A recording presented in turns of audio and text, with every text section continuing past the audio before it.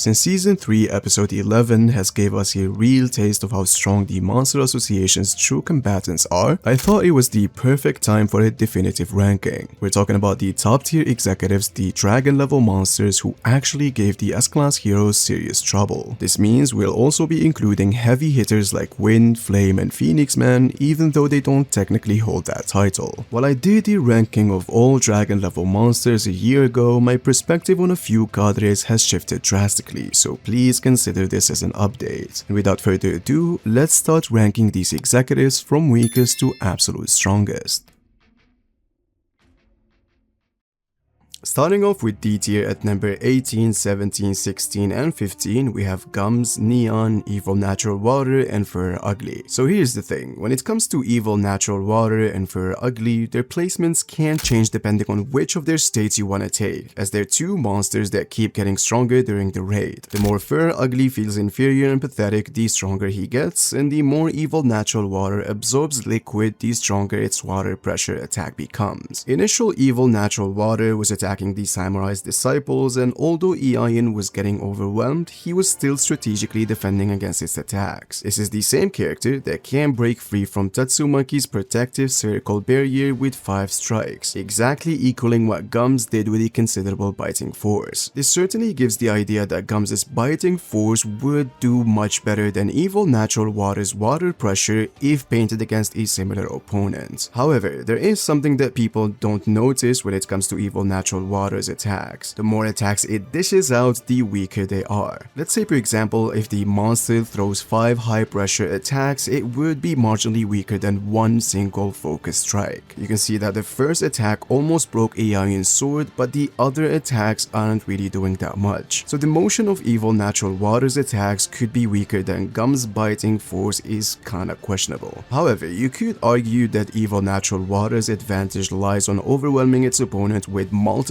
attacks at the same time, so maybe we're comparing two different aspects, especially since a considerable weaker version of the same monster was able to damage Pig God and make him cough up blood, the very same character that can clash with Gums. So characters being at the same tier means the fight would be close depending on which aspects you want to approach. If you think Gums can eventually consume and digest Evil Natural Water in its initial state, sure, maybe he can do that. And if you think that just multiple water pressure attacks would render Gums useless if he doesn't regenerate faster, it's also fine. I myself believe that Gums has the edge, but it's a completely different case when talking about surface battle Evil Natural Water, as Ion knows that his strength got considerably more powerful due to absorbing the underground water. This goes back to the point that I said a minute ago. Ion was still able to defend when Evil Natural Water was splitting the water pressure between him and Atomic Samurai, but the minute he was focused on Ion specifically, his sword easily broke. This version of Evil Natural Water was also able to push back Darkshine, a feat hard to believe that Gums can do. So this version of Evil Natural Water is definitely superior in my book. Now when it comes to Fur Ugly, it's practically almost impossible to pinpoint how strong he was when he encountered Sweet Mask, as he was only toying with him the whole time. You could argue that he'd be the weakest since he didn't do that much damage to Amaya Mask, who isn't really that strong in comparison to other characters. But I feel like it's better to scale his surface version as it's the one with quantifiable feats. Now I used to confidently put him above Gums because he was able to hurt him, but looking at this panel again, this was actually a redirected hit by Bang, so it's essentially double the force. Not to mention that Gums was already severely injured. When you actually look at the fight closely, Silverfang doesn't use the Water Stream Rock Smashing Fist against Gums because there's nothing he would be redirecting. But against Fur Ugly, the technique works in this particular scenario. He doesn't really need to exert himself to use the Awakening Breath. Personally speaking, the attack he used on Gums and Gums was still able to regenerate from is still stronger than a redirected hit from Fur Ugly. However, I'm not saying that Gums is stronger than Fur Ugly, I still think Ugly is superior. I'm just pointing out that these arguments are not really that sufficient and the gap is not really that crazy. I think they're essentially on the same tier. You can argue that since Gums struggled with Tank Top Master and Fur Ugly just easily dismantled him, means he's definitely the stronger monster. But as I explained in my recent S-Class Heroes ranking video, Tank Top Master is really favored to counter Gums in this situation much more than any other combatant. However, I'm still willing to accept that since Fur did this to someone Gums struggled with still indicates that he is the superior monster. Now when it comes to Fur Ugly versus Surface Evil Natural Water, when looking at the first version of Darkshine versus Evil Natural Water, seeing how he easily splattered and defeated the monster with one casual jab, I'd be willing to argue that Fur Ugly at this point with a very strong hit can do the same thing. But I'm essentially saying that it's possible that maybe Fur Ugly's strongest attack can equal a casual jab from Darkshine. However, this fight was redrawn in the volume release version, which is what's canon and official. Darkshine this time actually uses a considerable force to defeat Evil Natural Water. You can clearly see the huge differences between this, and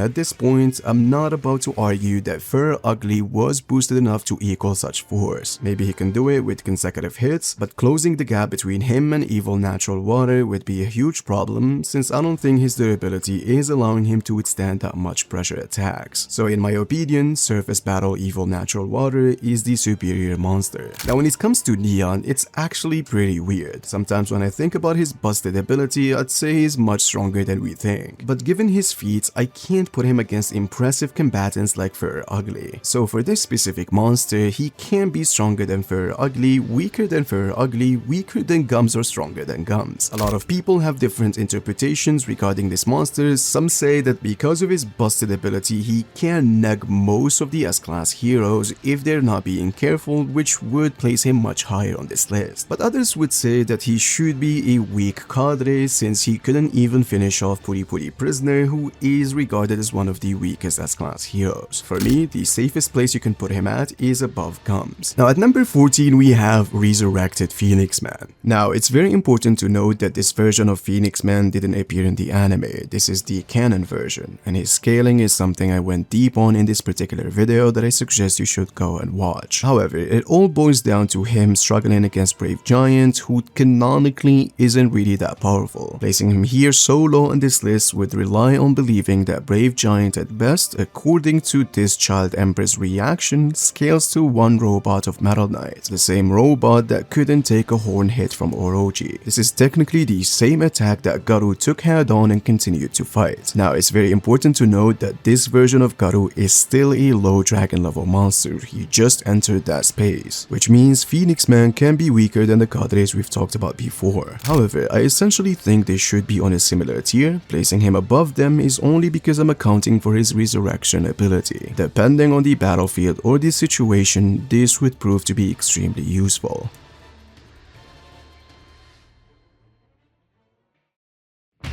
Jumping to C tier at number 13, we have Vomited Fur Ugly. Now as we've said before, Fur Ugly gets considerably stronger the more pathetic he feels, and after he was humiliated by Silver Fang and was eaten by Gums, he suddenly gained a huge boost of power that allowed him to split the latter with relative ease. He's now also covered in acid and can use it for long range attacks against other opponents. But anyways, the reason he is above the aforementioned monsters is simply because he was able to match Darkshine's strength, the same hero that was able to splatter Surface Battle Evil Natural Water. The only downside Vomited Ugly has is that if he doesn't nourish himself and basically regenerate a new skin, the acid covered in his body will eventually kill him. It's a double-edged sword that can even melt Darkshine's skin, which means he can overcome his insane durability, but it's also killing him at the same time. At number 12, unlike how high I had him before, we have Homeless Emperor. So Homeless Emperor is definitely strong, and with his bombs he can definitely destroy a lot of monsters. We've literally seen him easily dismantling Vomited Ugly, which explains why he is above him. However, at the end of the day, he is a one-trick pony. Glass cannon durability and decent at best reaction speed. Personally speaking, I tend to lean towards the interpretation that if Black S didn't save Homeless Emperor from my mask, he would have died right there. He does prove that he is a huge threat by overwhelming multiple characters,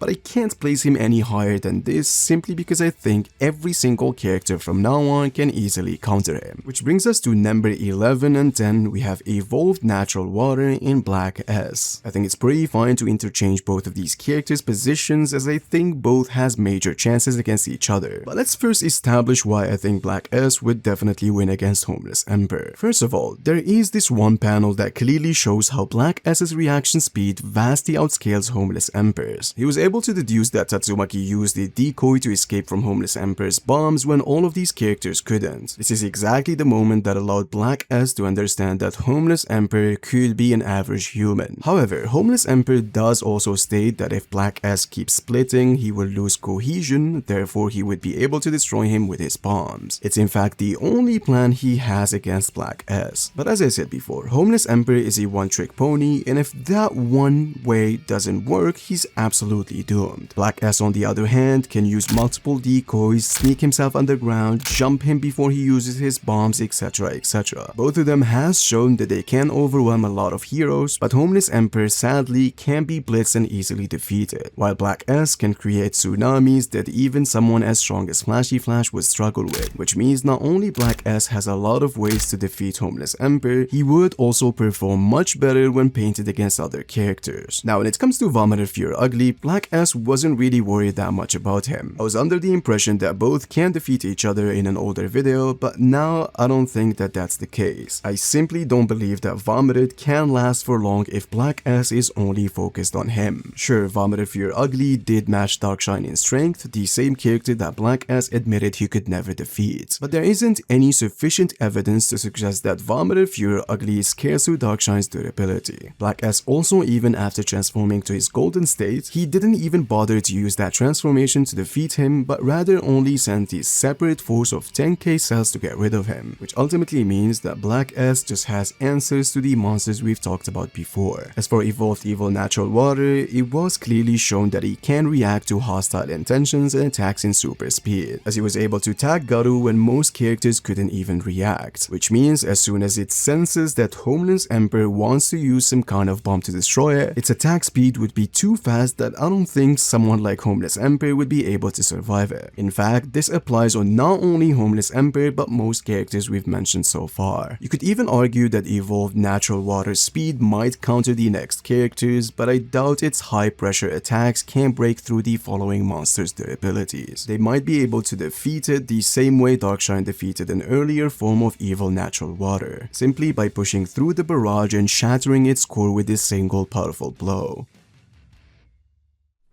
Moving to B tier at number 9, we have Golden S. So when you think of Golden S, a lot of hype and statements probably come to mind, making him seem like one of the strongest monsters in the series. This is a mistake I've made back in the day. However, that impression is largely based on the webcomic, as before we had all the current manga chapters, the lore heavily implies that Golden S was at least relative to Orochi in power. But what many people don't realize is that Golden S in the manga is actually the equivalent of Multi-Cell S from the webcomic, while Platinum S fills the role of the original webcomic's Golden S. This means that manga Golden S isn't intended to be that top tier monster. Many of these old statements are simply outdated, as there's plenty of evidence that the authors changed direction on several plot points. Therefore, it's safe to scale Golden S based solely on his manga's performance. So what did he actually do? He one-shotted Darkshine, overpowered and humiliated Vomited Ugly, and intercepted Sunblade Atomic Samurai. These feats are easily better than anything we've seen from previous characters. Homeless Emperor might pose a threat with his energy bombs, but Golden S blitzed his way to save him from Atomic Samurai, meaning he could easily blitz Homeless Emperor himself. Evil Natural Water could likely be shattered, as Golden S is vastly superior to Darkshine, who handled a previous version of the same monster. And for Vomiter Fear Ugly, as I said, he outright destroyed him. However, it's very important to note that Golden S could be much stronger than we think. He just simply doesn't have enough feats. He joins the battle and shortly after transforms to another state. At number 8, treating these two as one single monster, we have Monster Gale, Wind, and Hellfire Flame. So listen, I'm not going to pretend that these two could definitely defeat someone like Black S. I don't think that that's the case. But the real issue is that Black S wouldn't have the movement speed to keep up with both of them. He does have the reaction speed, as we've seen him being essentially the only one that can react to Saitama zero punching Garu, but his body just can't might move accordingly. The simple fact here is that this matchup would probably end in a stalemate. However, the reason these guys are on a higher tier is simply because they would be able to overwhelm characters that Black S wouldn't be able to defeat. This is essentially because they physically scale to Flashy Flash, another reason why they are above someone like Golden S. Not only did they keep up the majority of the fight, but they were able to both injure him enough to cough up blood. Remember that Flashy Flash is the same character who tangled with Platinum S and Monster Garu for thousands of exchanges and was able to withstand Garu using his unperfected Godslayer fist, something that sadly should be able to injure someone like Darkshine that Black S admitted he could never defeat without merging. Platinum S is also leagues stronger than Golden S, implied by having the courage to face against King when before he knew that the same character considered the team that consists of Golden S, Evolved Natural Water, and Homeless Emperor to be nothing but ants. So transforming and being confident he can take him on by himself implies that the boost between this state and the previous one is insane. Flashy Flash was able to tangle with this monster thousands of times, and these two monsters were able to injure him. This just paints the idea that these two monsters are actually that strong.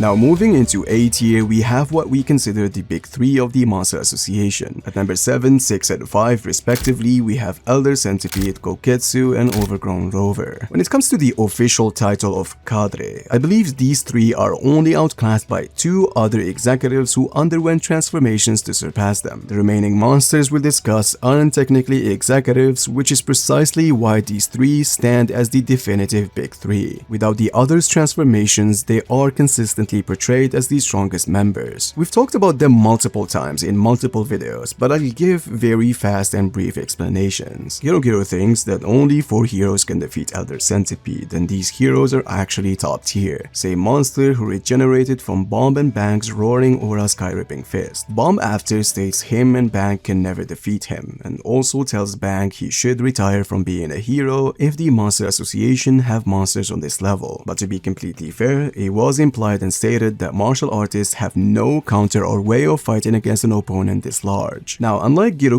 believing only 4 heroes can defeat Elder Centipede, she believes that no S-class hero can actually defeat Koketsu. I mean, she is definitely wrong, but even if she is, this gives us the information that she values and believes that Koketsu is stronger than Elder Centipede. She literally started to believe that the Hero Association must have an ace up their sleeve even stronger than the S-class heroes. Funny enough, she was right, but the method to come up with this conclusion was absolutely wrong. You can also use Genos's wonky statement believing that Koketsu is stronger than Saitama, the same character who destroyed Z-City's meteor that made Silver Fang conclude that Saitama is the strongest he's ever seen, which possibly means that Silver Fang, even at full power, could be weaker than Koketsu. Now, I don't really buy into that interpretation anymore, at least not when it comes to Genos's assessment, because at the end of the day, his conclusion came after getting blitzed and one-shotted. How do you go from a pure speed feat to claiming a monster could be stronger than Saitama that can destroy the Z-City's meteor? At that point, all Genos knew was that this monster was stronger than any he'd fought before, and it destroyed him in one single blow. The weird thing is that Genos wasn't completely obliterated, he was still somewhat intact. So on what basis exactly did he decide this monster was stronger than Saitama, who shattered the meteor? Really, he just concluded that the gap between the demons he'd faced and this dragon was so large that maybe even Saitama couldn't handle, and he based all of that purely on the monster's presence. What I'm essentially getting at is that Genos' estimation here was almost baseless. It all boils down to, oh, this monster is stronger than anyone I've seen before, so he must be stronger than Saitama. No feats, no calculations, just aura scaling and pure presence. Because of that, I don't necessarily believe that Koketsu could do what Saitama did to that meteor. But that being said, when it comes to his ranking among the monsters, I still rank him this high because Giro does know what she's talking about when it comes to the monsters, and she placed him above Elder Centipede. Now Rover, even when being severely injured, he is still strong enough to withstand Bang and Bomb's Cross-Fang Dragon Slayer Fist without any types of regeneration, which is an attack stated by Murata to being stronger than the one they used against Elder Centipede. Rover also took a crazy punch from Saitama that shook the entire association and gathered the attention of all heroes and than monsters, made Orochi conclude that this is indeed the guy who defeated both Elder Centipede and Goketsu. Now, I can't concede to Goketsu being stronger than Rover, not enough evidence for now to suggest one is above the other, but I believe both of them are hands down stronger than Elder Centipede. One took a stronger combination from Bang and Bomb while being injured and didn't do a thing to him or had to regenerate, and the other is implied by Girogiro to be in a force that even the 4 heroes that can take down Elder Centipede can't take him down.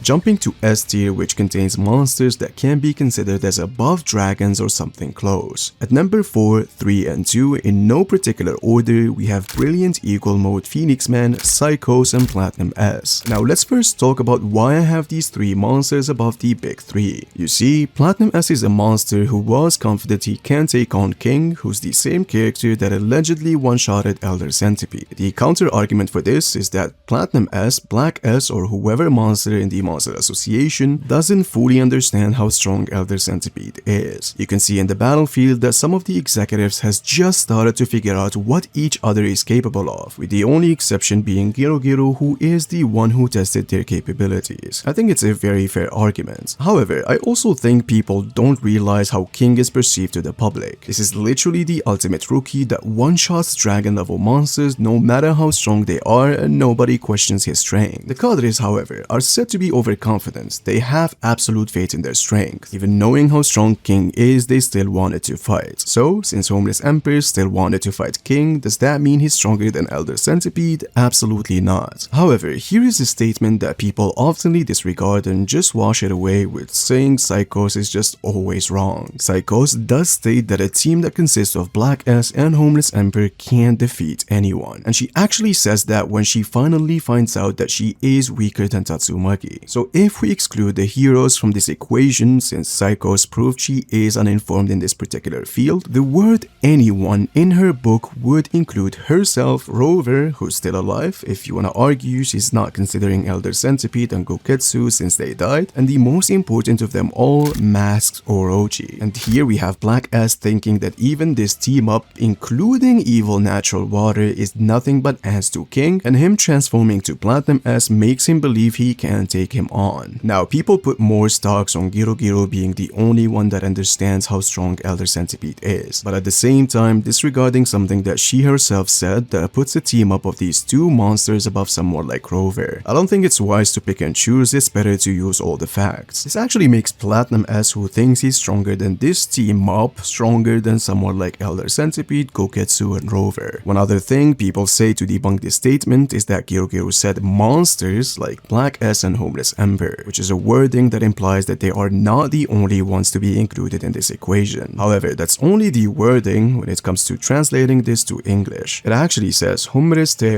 koroi seishi atari komma sete do mikakereba donna yatsu demo koreseru, which literally translates to Homeless Emperor and Black S as a team can kill anyone. Literally explains why Platinum S is definitely a tier above the big 3. However, I totally understand if you consider him to be on a similar tier for maybe not putting that much stocks on Girogiro's statement and think she's absolutely wrong. Now, when it comes to Brilliant Eagle Mode Phoenix Man, his physical strength should scale above Gale Wind and Hellfire Flame, who both were able to make Flashy Flash cough up blood. Both of these monsters only did minor damage to Brave Giant, and Phoenix Man was able to rip off his arm easily. Now, this is retconned for a reason. Phoenix Man, as strong as he is still caught by Brave Giant and defeated in a silly way. He's here because I always account for his busted ability to resurrect monsters. I think Platinum S could defeat the Phoenix Man who fought against Brave Giants, but potentially Phoenix Man can become a monster impossible to stop. He can revive the Cadres, make them kill him multiple times, and can evolve to a state only possible to stop by the absolute strongest. But based on what we saw, I think Platinum S's speed should still be too much for the Phoenix to handle. Now, Psychos, as I said before, does state that a team up of Homeless Emperor and Black S can defeat anyone, which means Platinum S, who's about above these two should definitely be above Gero. However, Psychos does get boosted to the point of calling Gero nothing and believes she can teach everyone fear, which technically nullifies the previous statements. The way I see it, I think it's fine to switch positions between Psychos and Platinum S. Both have win conditions against each other. Platinum S, unlike Flashy Flash, is someone who is somehow aware of Gero's abilities to some extent, meaning he wouldn't let himself to be off guard, can possibly blitz her before she uses her powers. And Psychos is a character that can restrict his movements and use 300 times gravity to slow him down, etc, etc. So at the end of the day, I would have Brilliant Eagle Mode Phoenix Man at number 4, 3 and 2 would be interchangeable between Psychos and Platinum S. At number 1, and shouldn't be a surprise to anyone, we have Evil Ocean Water, which is a monster who's technically still an executive. So Evil Ocean Water and Sage Centipede are two monsters that should be above someone like Full Power Orochi and Platinum S. Sage Centipede is technically not a Cadre or a part of the Monster Association, and that's why he's not on this list. But the reason is simply because they were both sent by God to get rid of Saitama, who defeated Orochi. And even if you don't believe in this interpretation, Evil Ocean Water required a serious punch from Saitama to stop, something that no monster we mentioned so far can replicate. This is the same monster who is painted to be relative to Sage Centipede, who Garu struggled with even after attaining a boost that allowed him to one-shot Platinum S, which means Evil Ocean Water, who is a stronger state of Evil Natural Water, is the strongest executive.